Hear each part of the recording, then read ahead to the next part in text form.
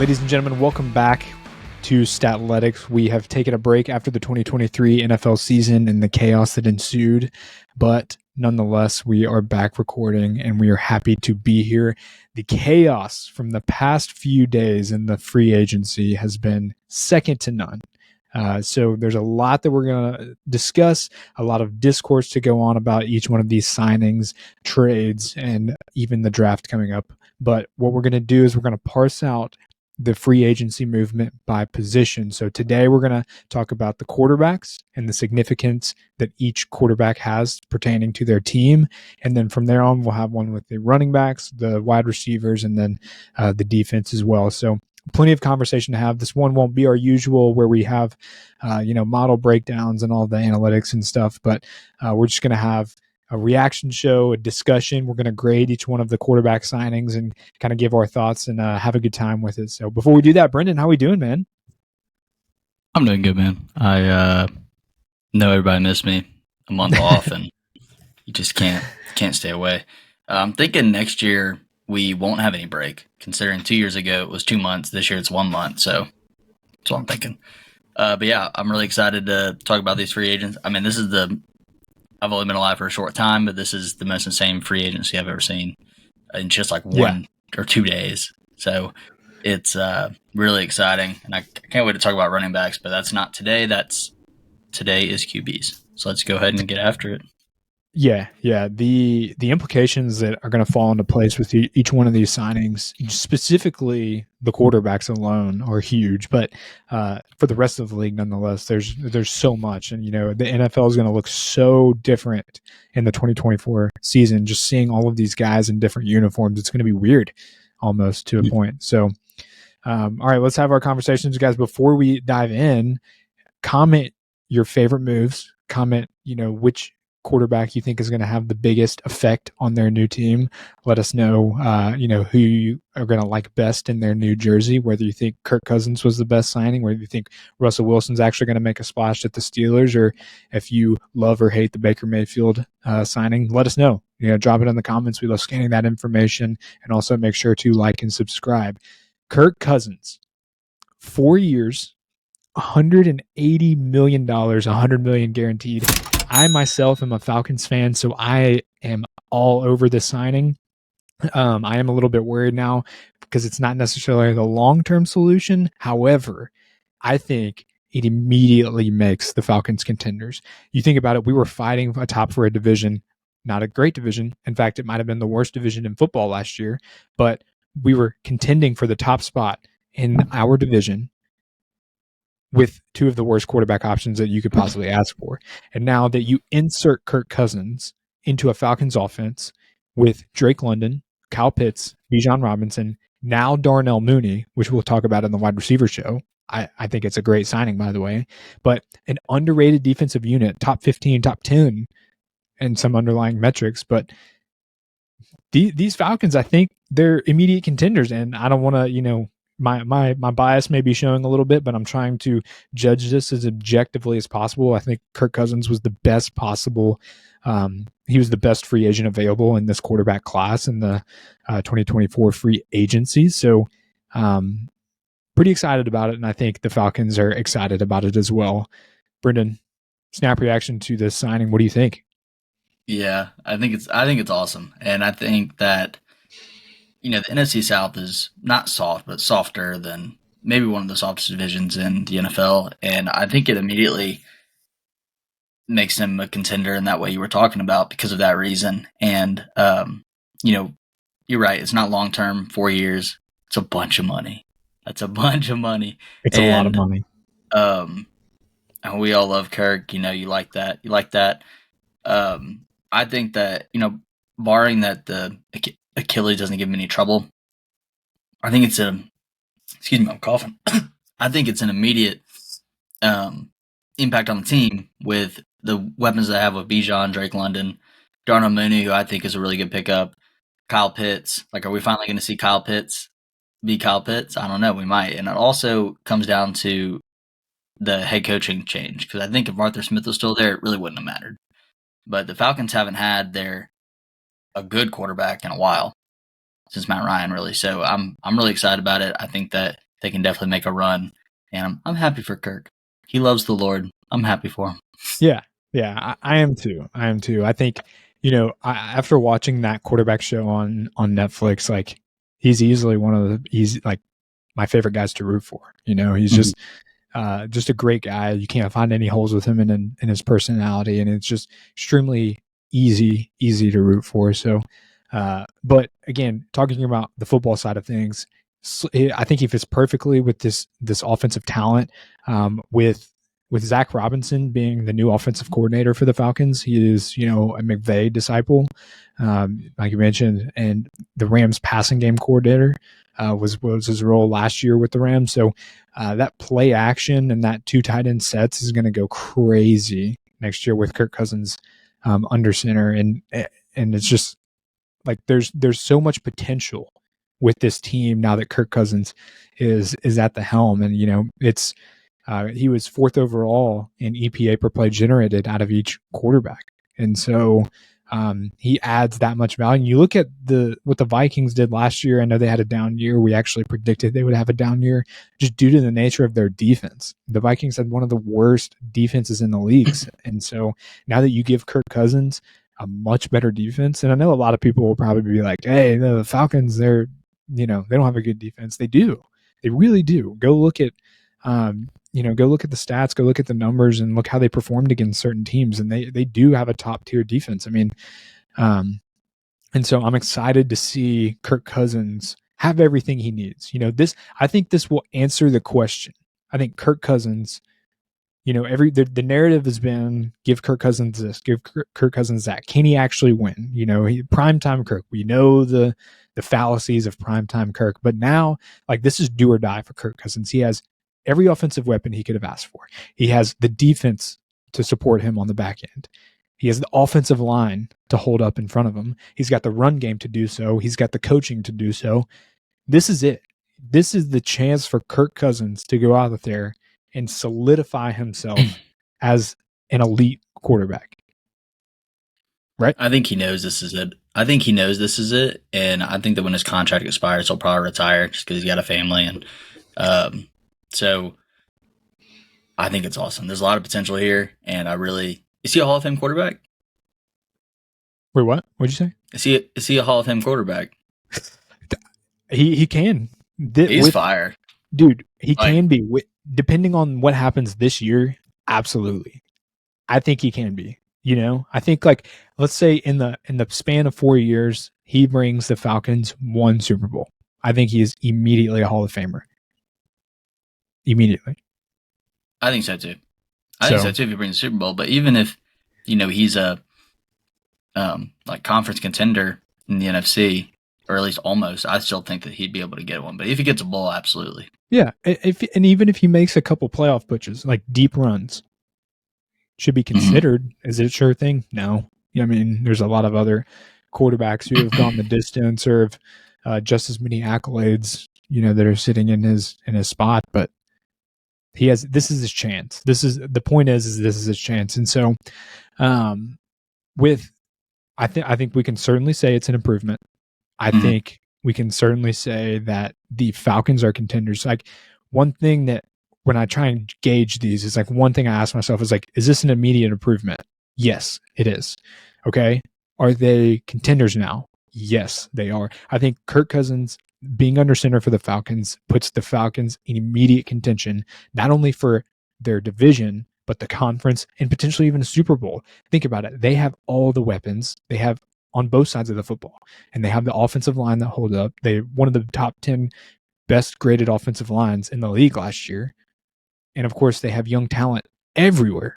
Drake London, Kyle Pitts, Bijan, we talked about that. So, huge fan of this. I grade this as an A- signing for the Falcons. And I know that's crazy because they're like, why does it an A+? I think the Falcons, they did a great job of securing and landing Kirk Cousins. But for them, it doesn't answer the long-term picture. But I like the idea of trying to win now. Do what the Rams did a few short years ago, sell out for the Super Bowl and try and get it done. And I think they're doing that. So if you had to grade it, what would you grade it as? I give it an A+. I think that's the idea, is to win now. And I mean, you can't you never like if they were to draft like Caleb Williams or something like that, like sure that's like long term, but like it's still, all up in the air and you're gonna be kind of not very good the first couple of years. I agree with an A+ for what they were trying to do with it. Yeah. And like I said before, with Arthur Smith, it wouldn't have really mattered. But now that he's Right. gone, I think that this fits the scheme really well, and I love it. I'm glad it got done.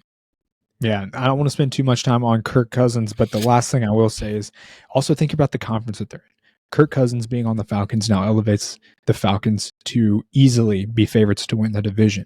No matter what happens with Derek Carr and the Saints, no matter even talking about the Baker Mayfield signing, I think that, the Falcons almost beat out the Bucs for that top spot last year with Desmond Ridder and Taylor Heineke. I think 100% the Falcons should be and will be favorites to win the division in 2024.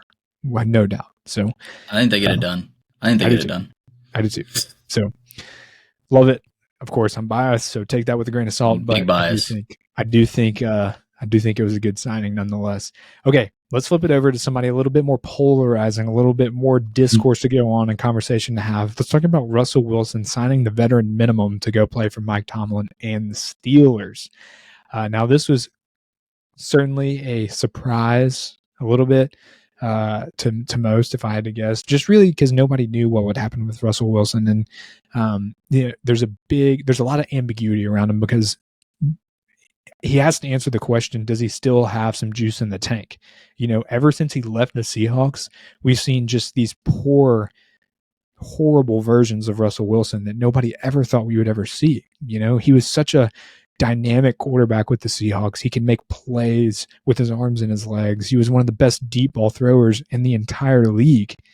And then we see what we saw in the past 2 years, and it's just been like this gross, distasteful version of Russell Wilson that, it's kind of sad to watch at some point in this capacity. But Russell Wilson jumps into a situation where, theoretically he will be in a quarterback battle, but, assuming he wins, or if he does win, he has George Pickens, Deontay Johnson, which currently being shopped right now, so he may be traded away. Pat Freiermuth, Jalen Warren at running back as well with Najee Harris, and some good incoming talent.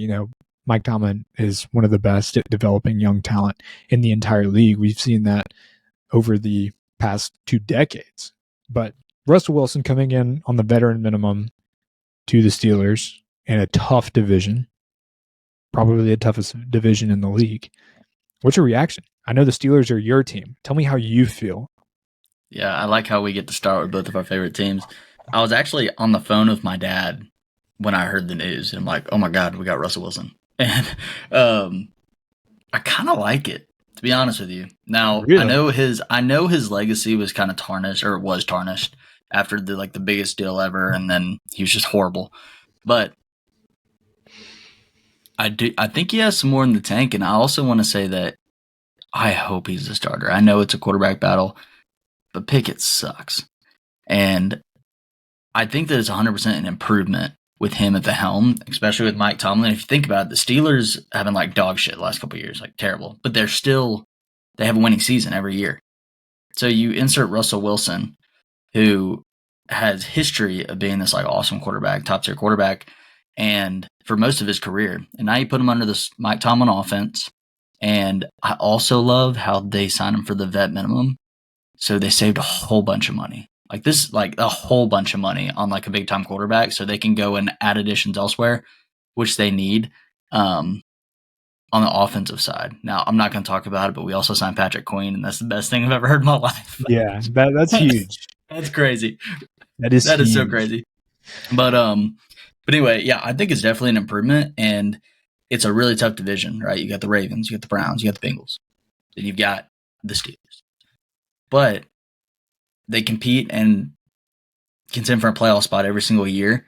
And, with Russell Wilson, that's not, Kenny Pickett or Mason Rudolph. I think it adds 2 more wins, honestly.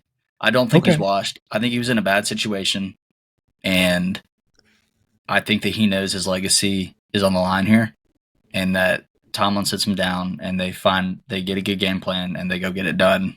11-win season or something like that. I really do. I think it's an improvement. I think they'll be in the playoffs. as a wildcard team, and I like it.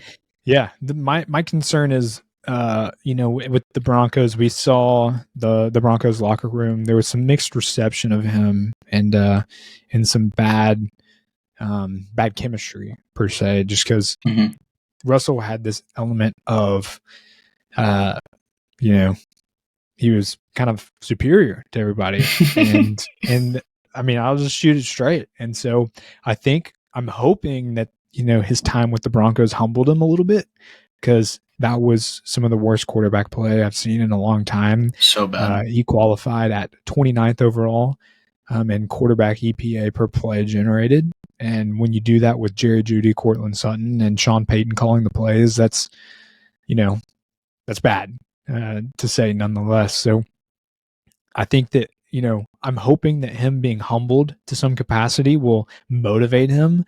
And I think him signing the vet minimum is humbling in itself, especially coming off with, one of the best QB deals in Broncos history.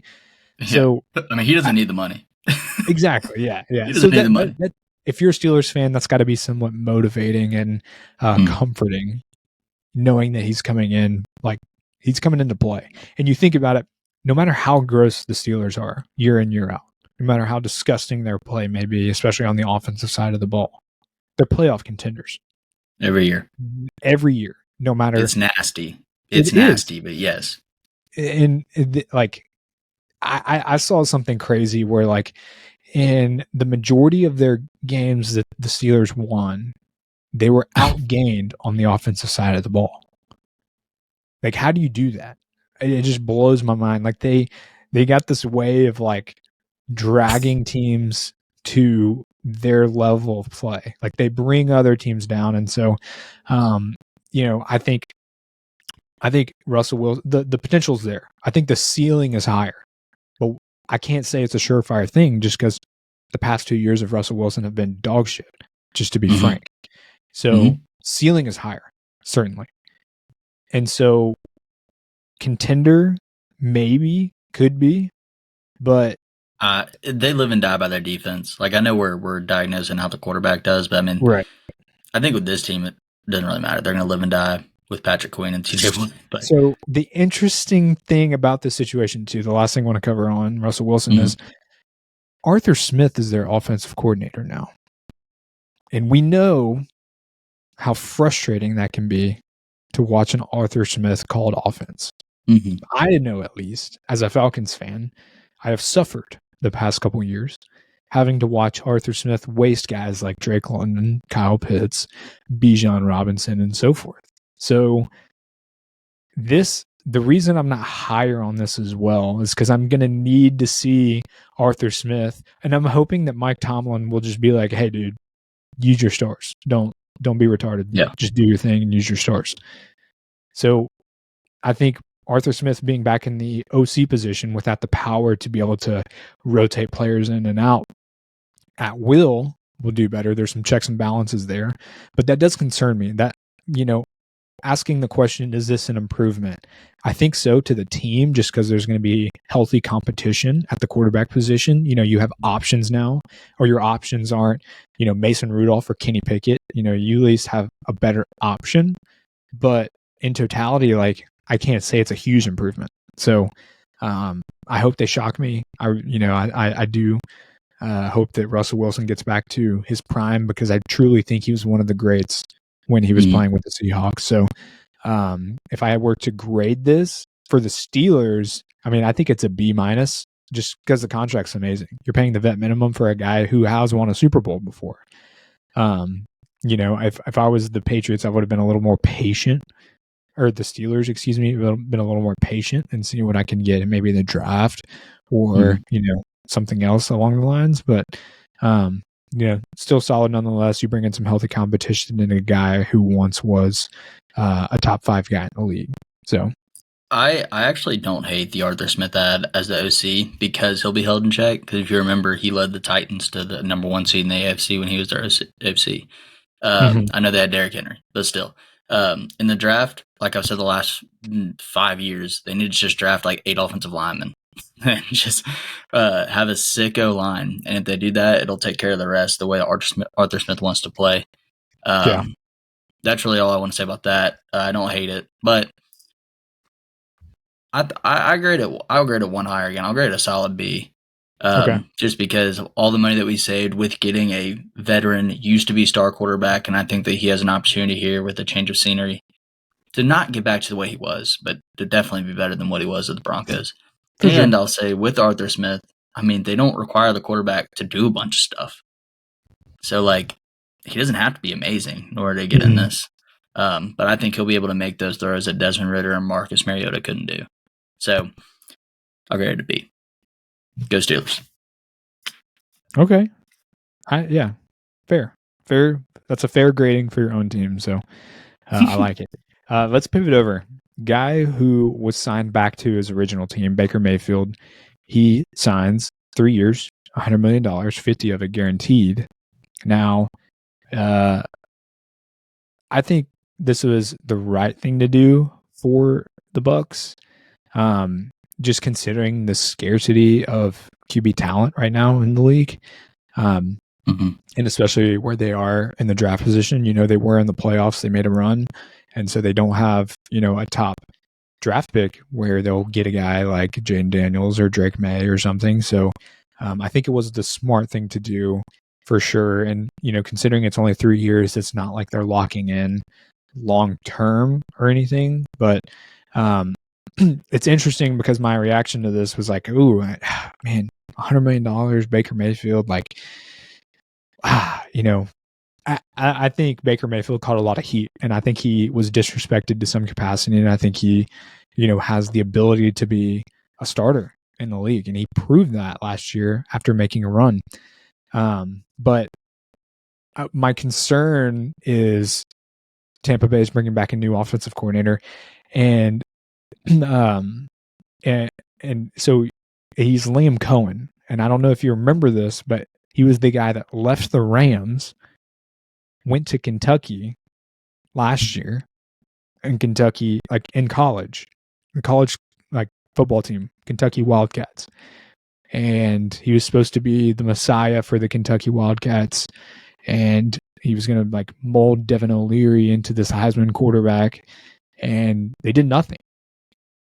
And I can say that because, Brendan and I are huge Tennessee fans. We play Kentucky every year. We watch a lot of SEC football as well. And Kentucky was not sexy at all on the offensive side of the ball. And so what concerns me is that they're going to take a step back from the offensive side of the ball solely because of that, because Dave Canales, the previous offensive coordinator last year, is, I think, a guru, an offensive wizard. And now he is the head coach of the Carolina Panthers. And I think that's a huge hit. I think it's an underrated hit. But strictly reacting to the Baker Mayfield thing, I think it was the right thing to do, considering that the Bucs were kind of cornered in some capacity. I love watching Baker. He's like really fiery. He definitely makes the NFL more fun. Watching him play on the football field is fun just because he's gritty. Like, he's not afraid to hit somebody or lower his shoulder and get it done. And he just kind of finds a way to keep it close, So before I get into any more, that was some of the discourse I wanted to talk about. What was your snap reaction to this? Do you think the Bucs made the right decision? Do you think he got overpaid? What are your thoughts here? Yeah, Baker's a gamer, and it's fun to watch him. Former number 1 pick overall. My biggest thing, I think it was right to re-sign him. The biggest thing for me is how much money they gave him. I just think that was a little bit of a waste. What is it? $100 million over 3 years? Yeah, $100 million 50 guaranteed. $50 million guaranteed. They also just paid Mike Evans.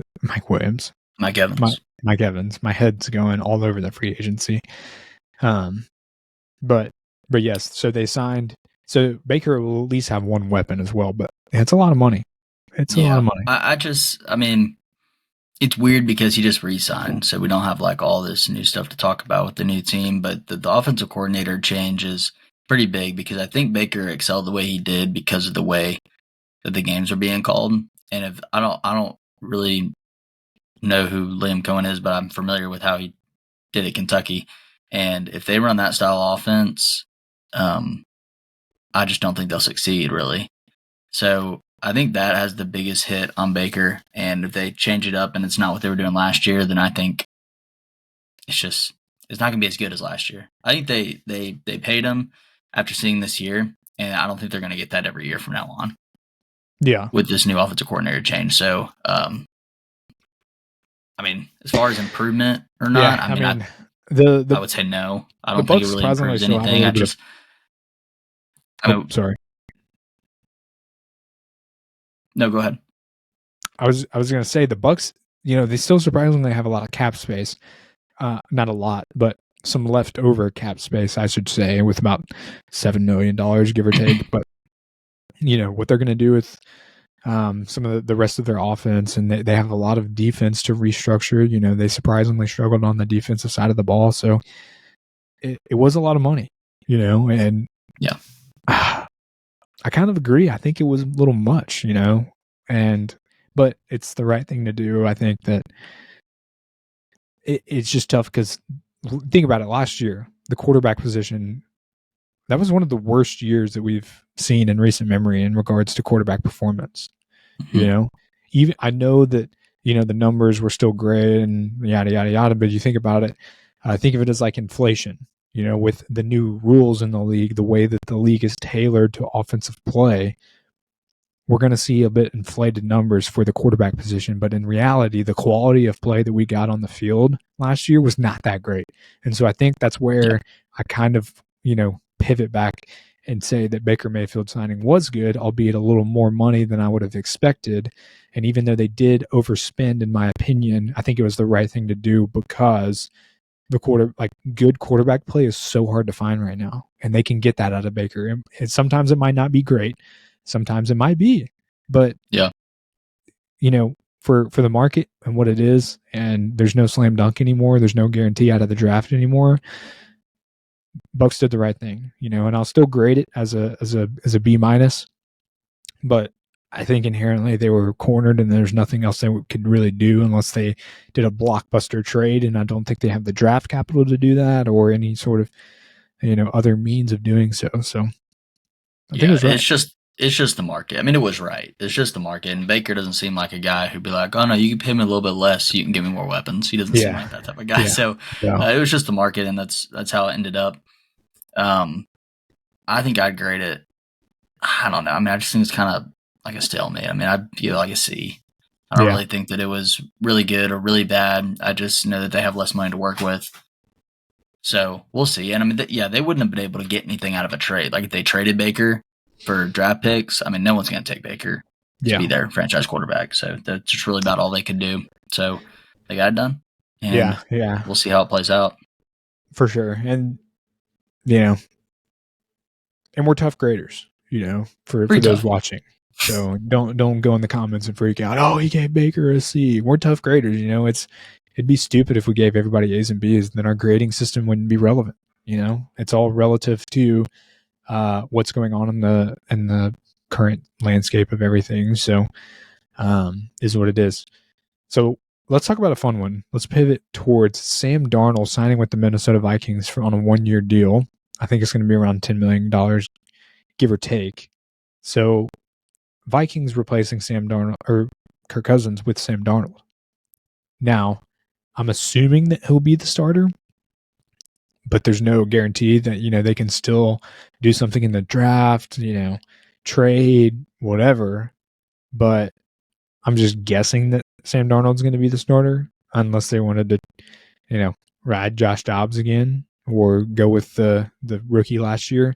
I don't know, but it could be a sneaky good signing on their part. I don't want to say anything with any sort of conviction, but we were kind of talking about it earlier, Beach. Let me know what you think. What you got? I like it. Sam Darnold was really given the shaft with the team that he was on. Like originally, same thing that kind of Zach Wilson got the shaft with it also. And I kind of like it. He's been with the Niners, or he was with the Niners last year. So he had a lot of learning to do on what an actual good offense looks like. And, he had Brock Purdy to be behind too, and to kind of see what he was doing. And I don't think Sam Darnold's bad at all. I really don't. I think that he does require a team around him, so the Vikings have to be smart with the rest of the offseason. But I kind of like it. I don't think it's a huge impact. I do think it's a filler quarterback, Yeah. right? Yeah. They're in rebuild right now with Kirk gone, and so he's just filling the gap. And I mean, they don't want to be good on a filler year, like Right. they don't. But I think that he gives them an opportunity to be okay. So Yeah. I think it's good. I mean, it's obviously not an improvement because they don't have Kirk anymore. But I mean, he's got Jettis, Jordan Addison out there, Hawkinson when he comes back midseason. So it's like he's got a lot of weapons to play with. They signed Aaron Jones, right? Yep. Just signed They Aaron signed Jones. Get your So purple I mean, sombreros, baby. yeah. So I think it's pretty good. I think it's definitely they can work with it for sure. Yeah. Yeah. So it'll be interesting. I think they could have done a lot worse. In the free agency or in the quarterback landscape, Mhm. we'll see. I'm sure there'll be some sort of competition, but Mhm.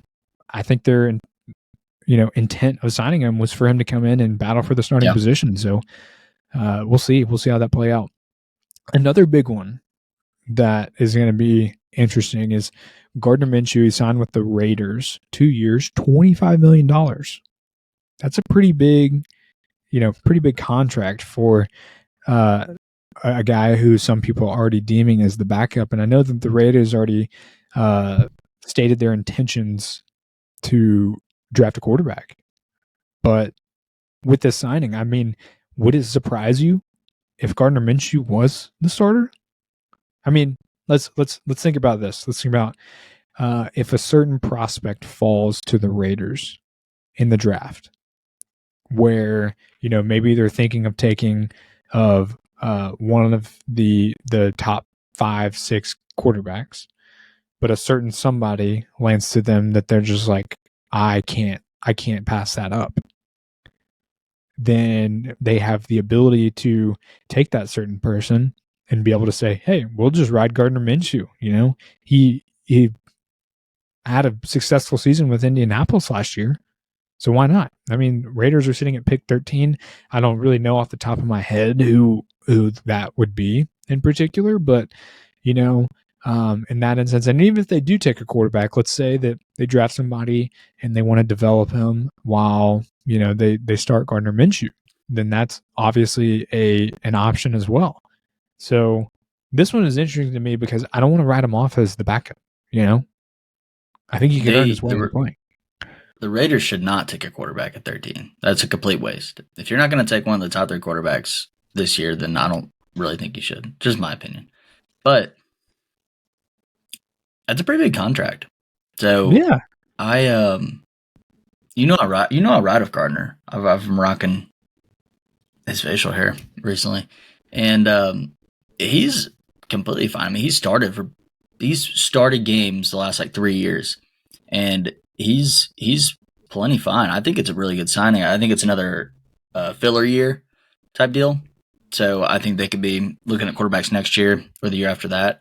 I think they should take some other players to beef up the team. If Josh Jacobs gone, I don't really see them contending this year. So I like it. Maybe they spend a little too much on a filler year quarterback, but I mean, I like the signing. I mean, I think that'll be good. I think he'll be the starter, and he got he didn't get backup money, so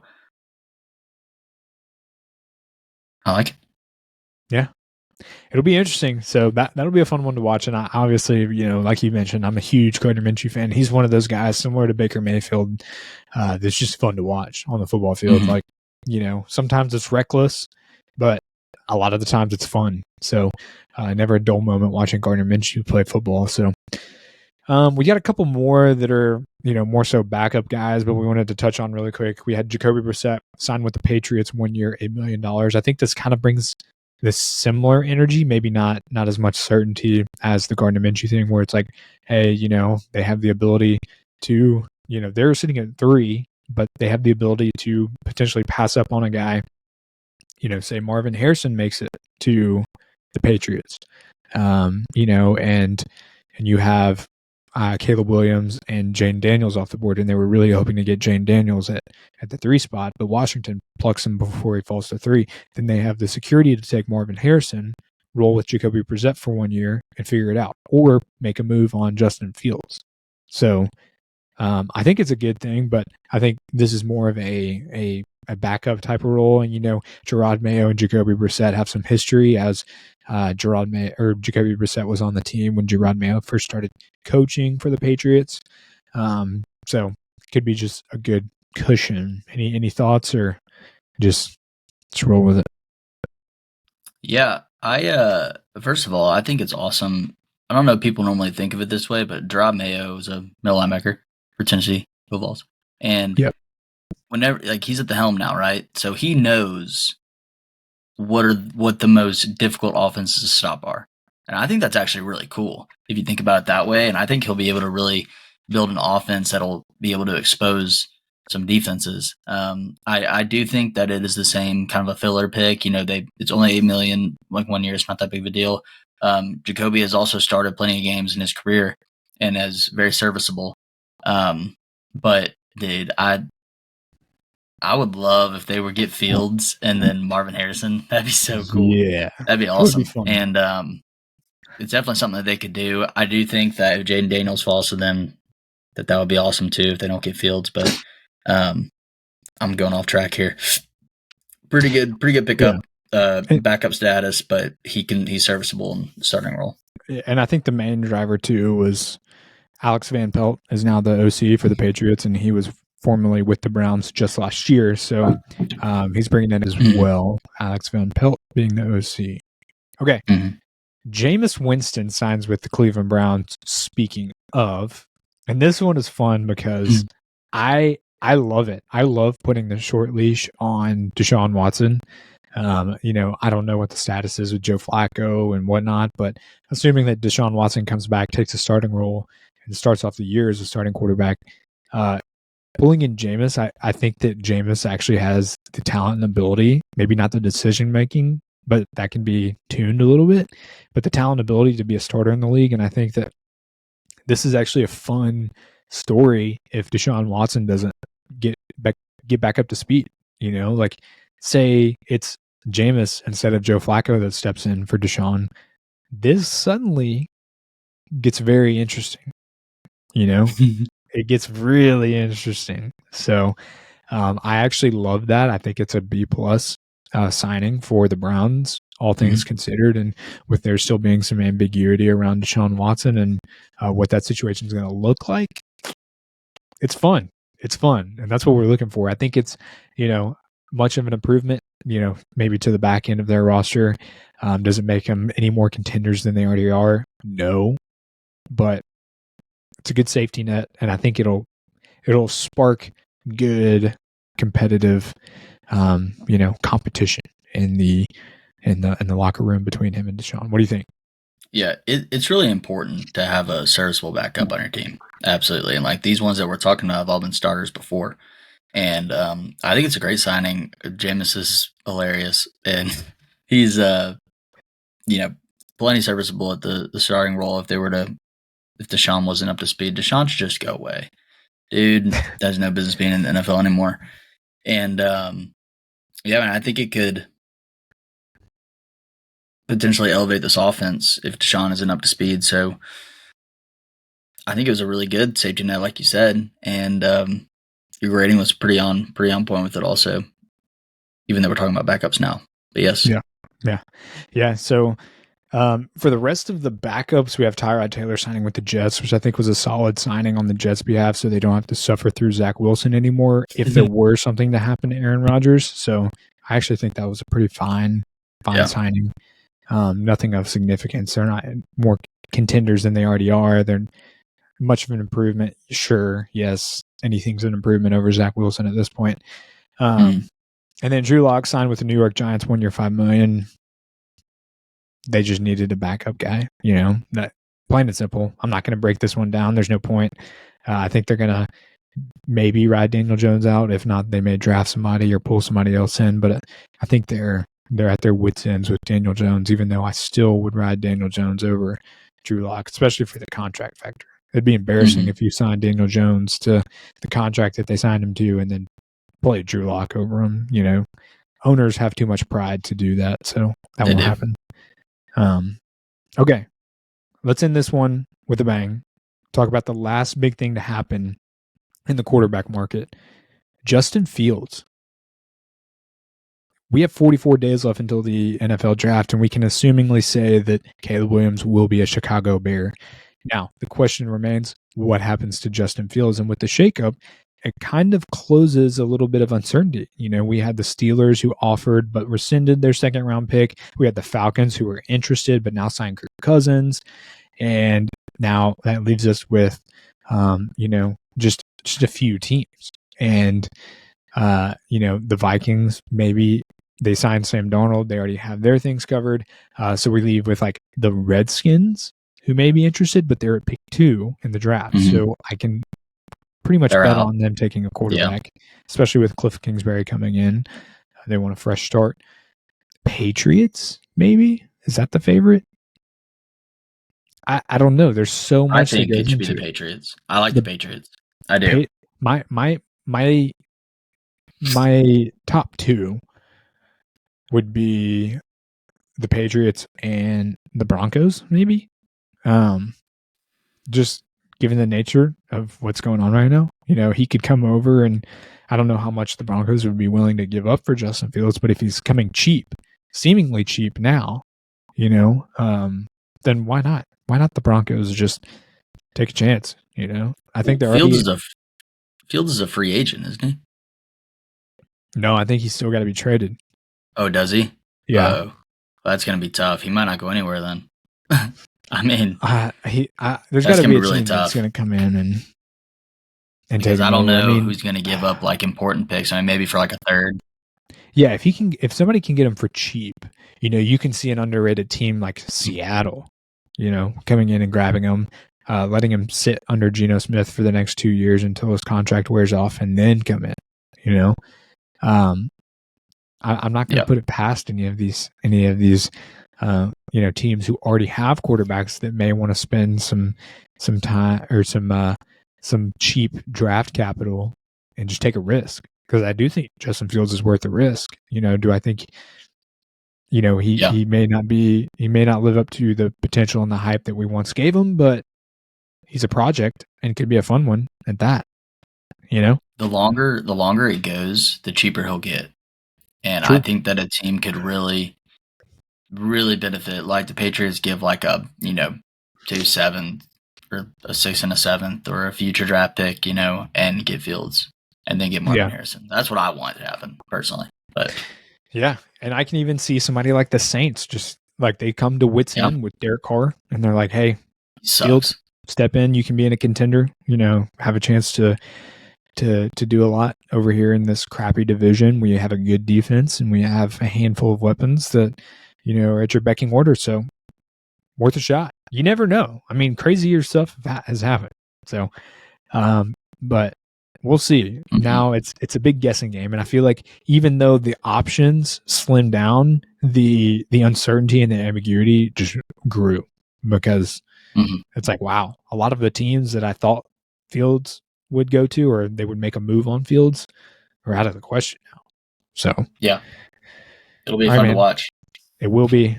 We got a lot more on the docket. We're going to talk about running backs. So much to go into running backs, and then we're going to talk about wide receivers, tight ends, and then of course defense. We got a lot coming, and then we're going to have a few shows leading into the NFL draft, which is 44 days away. So appreciate you guys watching. Stay tuned. We will have plenty more coming out. We will talk to you guys later.